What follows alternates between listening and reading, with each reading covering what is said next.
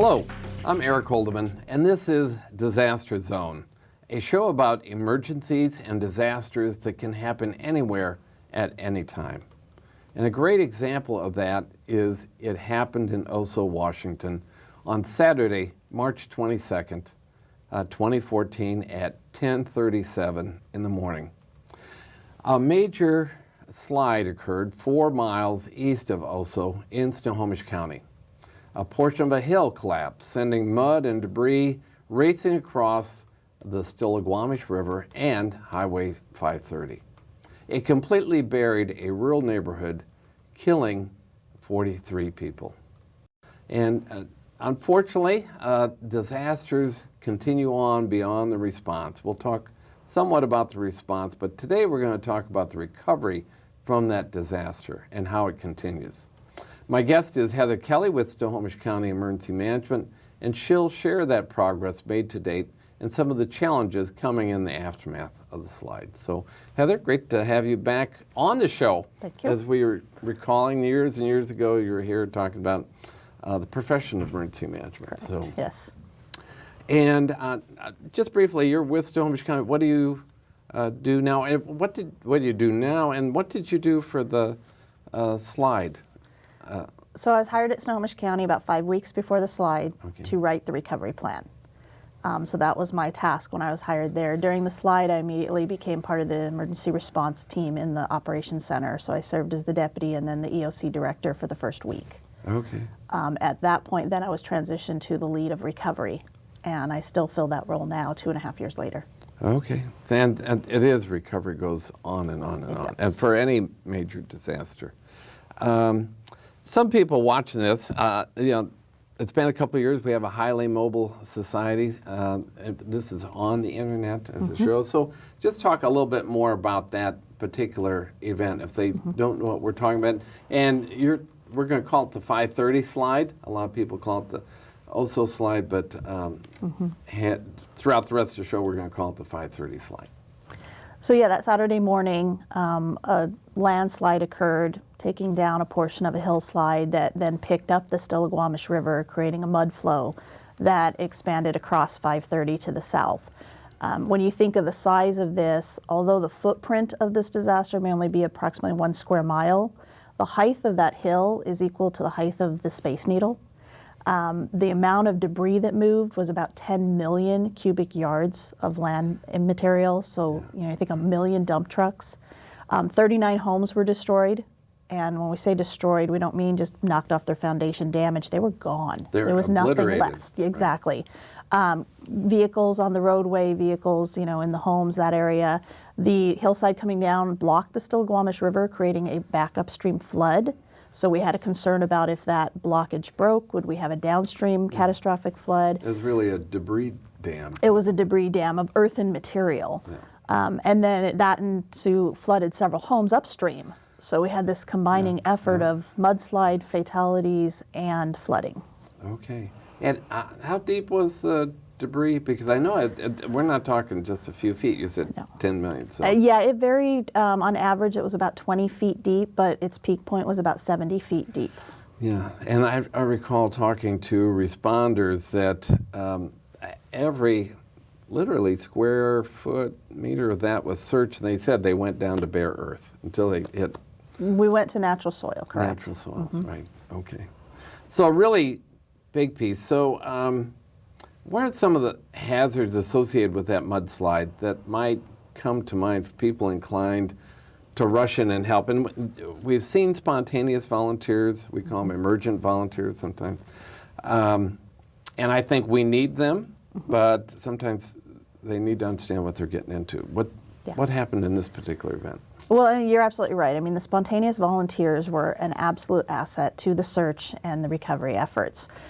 Even for our first responders, though, the concerns that we quickly became aware of was the soil. The mix of water and glacial till and that created a quicksand approach. So they would step in, they would sink down, they would get stuck. So there was that physical piece of that. But the other side of it is when you take homes and cars and septic systems, you don't know what kind of metal, what glass, what objects are in there. So as people were rushing in, there was that risk that they themselves might get injured or hurt or worse because of not knowing what was in the mix of material that was going down. Some of the trees that were brought down were, huge. They were old growth. So that alone, if it moved or it shifted because of the quicksand, could create a secondary hazard. So the instinct is to go in and help, and we need the help, but at the same time, there are safety aspects that have to be accounted for. Yeah, and this sucked up, I'm sure, the sewage systems that were there. So you do have a toxic mix, and people had stuff in their garages or... Yeah, think of anything you have in your home, in your car, all the fluids that are in a vehicle and those type of things, in a shop. Several of these people, had workshops and different things. So, it had a potential to be very dangerous. All right. And I think one of the big stories I saw coming out of this is that's kind of a logging community out that way. How about talk about those spontaneous volunteers that had special skills and equipment that came on scene? I talked to a old battalion chief for Seattle Fire. I want to say Captain Richardson. I may get that wrong, but he was an incident commander, and they shared. I'll share what he said after you give your perspective on it. Well, it was a small community that were very close-knit. So these homes, these victims were personally known to those individuals out there. So it was very clear they were going to be there and be a part of that. In hindsight, what we look at is we want to be able to develop those experts and specialists into an organized approach and response for their safety as well as for accountability. A lot of the fire departments out there knew the people directly, so that helped.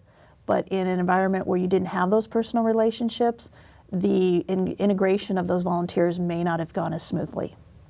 Okay, and we saw this World Trade Center when that collapsed. You had steel workers, cranes. They jumped in along with first responders in doing this. And again, I think it was Captain Richardson. My apologies if you're watching and if I got that wrong. But he talked about typically for a disaster, you have a police line, you have police set up security, keeping out people who don't need to be there, shouldn't be there. And that was kind of the attitude initially until there was a melding of the minds, at least as it was told to me, of how they could be integrated. In fact, this individual shared the fact that what they were doing is heavy equipment with firefighters were pre-opping their equipment, refueling it, greasing it, doing all that. So when the operators got there that day, they could immediately go to work. So pretty amazing. It was, and as I say, the goal would be to have these equipment operators, have these specialists identified in advance rather than having to play catch up. But yes, we absolutely found out those were the resources we needed, because some of the tools and the resources that were being requested, we had to bring from Canada, we had to bring from Oregon, whereas right there the community had the logging equipment, had the heavy machinery, and they were able to much expedite the use of it. All right. And what was the impact to the communities also? It cut off a lifeline. It did. The destruction of about 600 feet of SR 530 took out the primary route to Darrington. And SR, we're State Route 530. State route, correct. Okay. Yes. It took out the primary route to Darrington, which caused a 2 to 2.5 hour reroute through other methods. It took out the connection for the 911 center for their main phone system, for their internet. So in the first few days, one of our most critical aspects was reestablishing that connection for 911 calls. So Darrington didn't have 911? East of the slide did not have 911 for the first 48 hours. Okay. And how big is Darrington? It's not... It's a small community, a few thousand people. Okay. But what was the detour route in order to get to that community now? So the primary detour route was through Highway 20, going up over Mount Baker and that area there. Our public works staff was able to clear what's called the Mountain Loop Highway, which is an alternate route to the south and around. But typically that time of year it still had snow on it. Really? So it took an effort to be able to clear that. And then it's just a gravel road. It's not a highway by any means. So that was it. And then a few days into the incident, we were able to reestablish a access road, a cut around, with a partnership from Seattle Public Utilities, and using that to reestablish for emergency response purposes. Okay, was that an old logging trail or just a right-of-way for the utility? There was a portion of it that was a right-of-way for the utility, but a lot of it was actually cut and created during those days. Again, was volunteers involved with that at all, That or was is a little bit more of the engineering staff because of the safety purposes and large trucks traveling over it, but yes. All right. But that's a great lifeline. Absolutely, it was that. definitely necessary. And how about, do you have any idea what the scope was as far as number of people, pieces of equipment? And I remember seeing pictures, and I'm sure are showing some during this show of dozens of earth movers and. Yes, I don't have the exact count on the machinery, but the personnel ranged from a couple hundred to one day I think we peaked almost near 1,000, because we had teams doing multiple jobs. But yeah, we had at least a dozen excavators. We had to bring in an aquatic excavator because of the amount of water in the soil. The excavators were just sinking. There were all kinds of boats being brought in for search. There were canines. Pretty much every local, state, and federal agency that had an asset was brought in at some point in some way. Yeah, we've talked about the fact this was a highly concentrated disaster in that scope, but how many resources from the state that sucked into it? We were saying, in a major earthquake, we could have hundreds of slides, hopefully not as big as that, but really, I don't know, any thoughts on that? Oh, yeah, definitely. That's something that in Snohomish County, and I think in our partners in emergency management, we have definitely taken an awareness to. Even in our emergency operations center, we had anywhere from 70 to 100 people every day. Our staff is 12. So that tells you they were coming from all over, and you're absolutely right, in a catastrophic wide area impact situation, we will not have that kind of help or support, and the priorities may be different. So that is one of the benefits of this incident, is that we were the only disaster at that time in the state and could allocate the resources there. Yeah, it was before fire season. I know National Guard was brought in. And Yes. So we mentioned very briefly, and we're going to jump into this more in the second half, but why don't you just introduce this aspect of the recovery process? I think I'd commend Snohomish for I'd use the word detailing you towards recovery, because recovery actually should begin immediately with the response, so that it isn't like response ends and then recovery begins. So just talk about how that decision was made and what did you initially do, and then we're going to go into more detail in the second half. I think, we recognize, as you said, I had been brought on to write a recovery plan, so recovery was a high priority for Snohomish County. Yeah. So when this occurred, it was very clear we're going to have some recovery to do. No one really anticipated years worth. Yeah. So after, doing my rotation in the ECC and needing to shift out of that, it made natural sense to start into the other. So on day 10, I actually established our recovery task force. And even while the search was going on, stabilization was going on, we started doing our recovery assessment, figuring out our recovery priorities, and working with the elected officials to gain their support in what the recovery would look like. Okay. And we're about halfway through, not quite. And typically we take a break for a public service announcement for the public and that, but there's a video that was made about this response, about 4 minutes.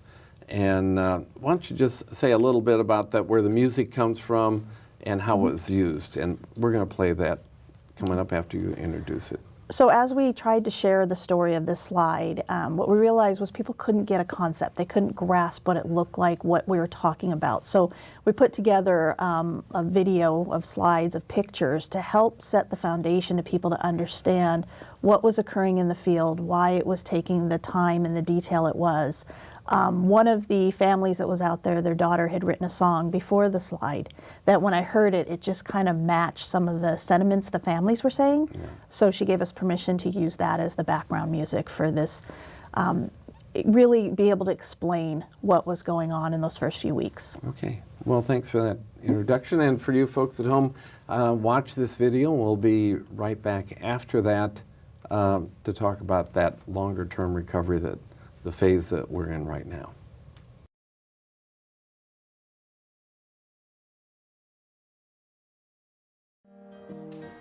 Midnight in a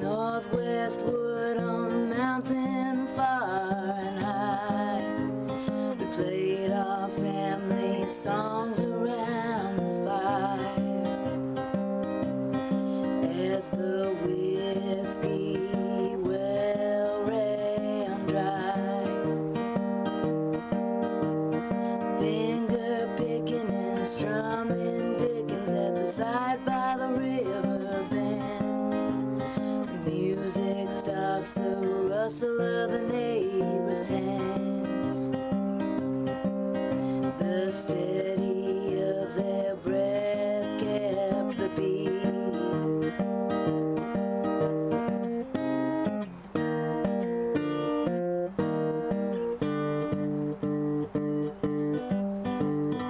Mama leaned in near. She said, make a memory, dear.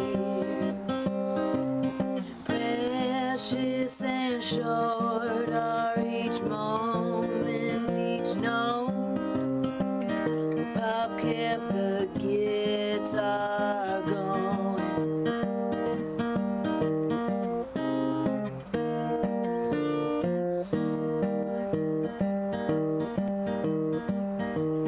Sunday came with a heavy weight, so we caught that morning train. Waved goodbye, place by the riverbank, where we played our family songs around the fire.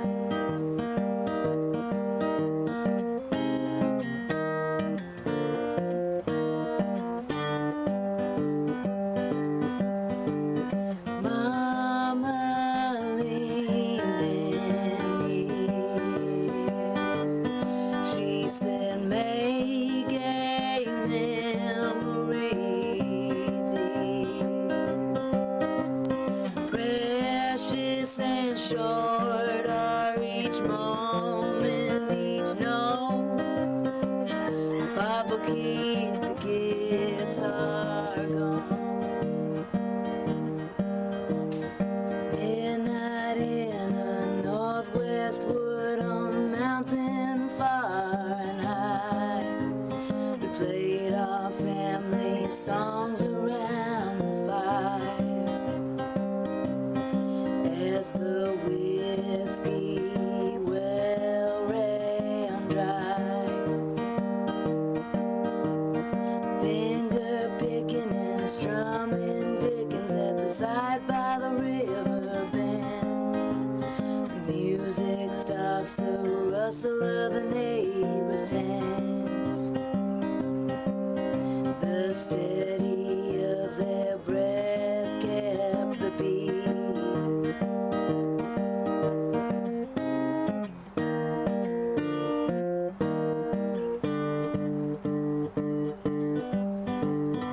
Mama leaned in near. She said, make a memory, dear. Precious and short are each moment, each note. Bob kept the guitar going.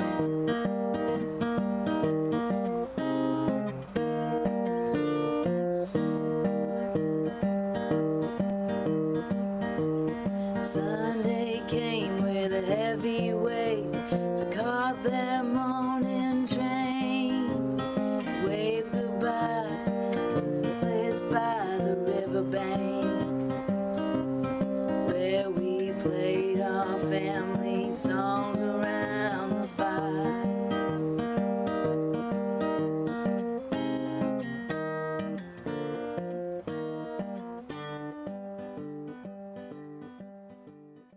Welcome back. If you're just joining us, you were watching a video about the OSO or 530 mudslide that happened in Snohomish County back in 2014. And certainly that video kind of showed the emotional side of this, the impact, the scope of it, and again, the unfortunate deaths that occurred in that event. But we're moving into and talking about the recovery piece of this, which there's emotional recovery and property recovery. What were some of the significant issues you faced trying to manage this disaster recovery? When you think about most of the time when it floods, other times, the people who lost property are still alive. Here, perhaps the majority of the property owners were deceased. Yeah, that was definitely the emotional legal aspect of estate management became a big part of the long-term recovery for this. Figuring out who would be the legal representative for the government to actually talk to and work with was the first challenge.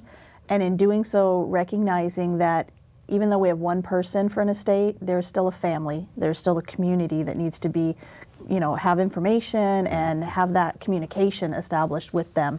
That has been, it's been a changing path. So not all the people that were identified initially are still the people we're working with. Okay. So as that could complicate things. Yes, as recovery has occurred, in this particular case, identifying the legal owner of the property versus who they thought owned it was another challenge that took us some time. Okay. I'm sure at this point there's lots of attorneys involved in one respect or another. Has to be. I would say that would be an accurate statement. Yeah. Okay. So insurance plays a critical role, and most people don't perhaps understand that land movement of any type, a small slide, anything, is typically not covered by your homeowner's insurance. You may have wind damage, you could have hail damage, you could have flooding, which needs special protection, but most people, I would say 99.9%, have not bought some type of land movement insurance. Talk about the insurance aspect of this. Yeah, I think one of the things that we really identified with this is exactly that. People thought they had insurance coverage for catastrophic or for the land movement type thing, and they didn't. They thought they had coverage for structures, personal belongings. They didn't realize necessarily they were one and the same. Mortgage insurance became a very big issue because most of the time the insurance did or did not cover the full mortgage, or there were other needs for it. So we strongly encourage people in flood-prone areas to look into the flood insurance program, either the national or some other.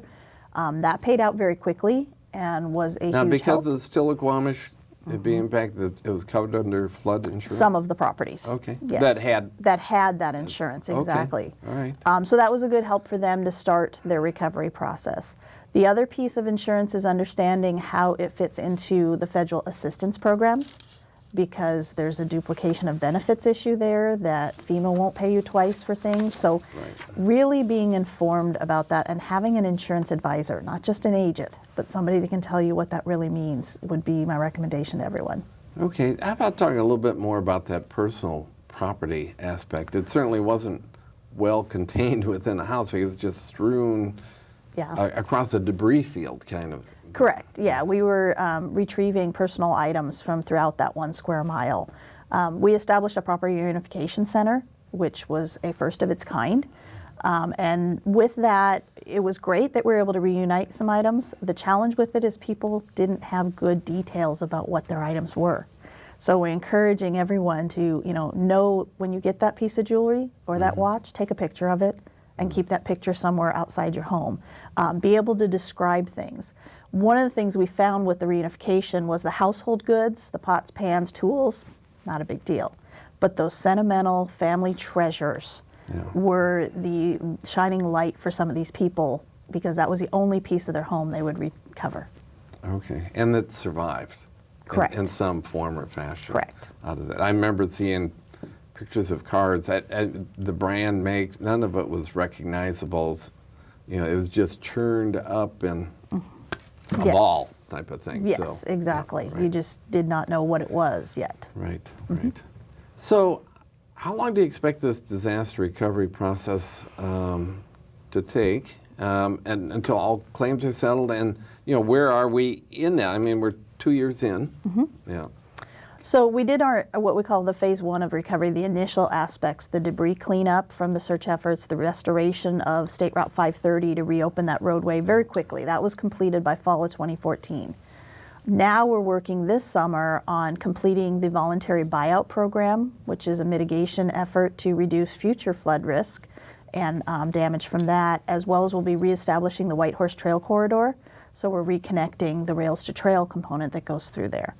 That pretty much wraps up the bulk of the site recovery pieces. Okay. The piece that will last several more years now will be the memorial to the victims, the long-term, piece of that, because we want to make sure that we're guiding the families of the loved ones lost to think about what's it going to be 10 years from now, what's going to be 50 years from now, and really reflect what they want that memorial to be. And talking with experts on that, we found that that takes several years for them to be able to make those kinds of decisions. Okay, and then how's that process going to work? I mean, is there a community committee? Is there an advisory board? This was in unincorporated Snohomish County. Correct. So the county is serving as an advocate and a guide to the family members who lost loved ones. They are the primary group that we've met with them a couple times. They'll come together. They'll identify whether they establish a nonprofit, whether they establish a foundation. We're serving as a guide and an advocate to help them facilitate the process. Okay. Once it reaches the immediate families, then they're going to engage the larger community to have some involvement input. But one of the things that was very clear was those that lost loved ones want to do this, and we will be there to help them through that process. Okay. And then you mentioned federal assistance, I mean, coming to individuals. I'm sure the county also has received some federal assistance. The state would have for the State Route 530. What types of federal assistance has come to the county for the utilities or that aspect of it? Well, other than most of the utilities are private companies, so they have reestablished those on their own. We had power and we had the internet. That was about the bulk of it. Okay. That's why we talk about this disaster as a human impact disaster. It was lives and homes. It wasn't what we think of as buildings and businesses and all of these infrastructure things. The county, in fact, other than the normal reimbursement efforts for response efforts, the overtime, the public assistance they call it, there's been very little funding provided for recovery, because that's one of the things that's been identified by our legislative team is there isn't pools of money for long-term recovery unless you have a catastrophic Katrina, Superstorm Sandy type disaster. Okay. And so, we're getting near the end here. I have about 2.5 minutes left, but we see disasters, the impact to the community. We talked about the community wanting to help, and you mentioned, well, we'd like to have those relationships in advance. Mm-hmm. And I always say, look, sometimes people aren't motivated until they see something. Mm-hmm. In particular, millennials are kind of like that. The Red Cross, for instance, is going through this kind of change. They used to have a very steady volunteer corps. Now they have younger people, but they don't want to be involved until there is something. So how are you guys addressing it? What recommendation would you have for someone who's watched this show, has always wanted to be involved? First thing I would say is start local. Go down to the fire station, go to the police station, go to the city hall, and ask. Okay. In this disaster, we had something called a multi-agency task force, which was put together of all different kinds of nonprofits, faith-based, all these community grassroots efforts. There were people coming out of the woodworks from all over the place. So look around, find what fits you, and then just get connected. Okay. And if someone says no, try another place, right? Exactly. Yeah. Absolutely. Okay. Well, listen, Heather, this brings us to the close of our show. I know you need another coffee cup, but you get the memento. Perfect, thank you. For your desk, and perhaps it looks like a disaster zone. I don't know. Never. I don't recall. Yeah, all neat and tidy. But thank you for coming on the show. My pleasure. Thanks for your work you're doing on recovery. And it's unfortunate that this happened, but I'm sure in some respects it's brought the community back together, and hopefully that community effort continues long term. Exactly. Right. Yes. Thank you. Thank you. And for you folks, this brings us to the end of our show for today. Thanks for tuning in and learning more about what you and others can do to become better prepared for disasters and how you might get involved with your community also. And remember, if you're going to get prepared today as an individual or family, it's a good time to start. Have a great day and tune in again soon. Bye-bye.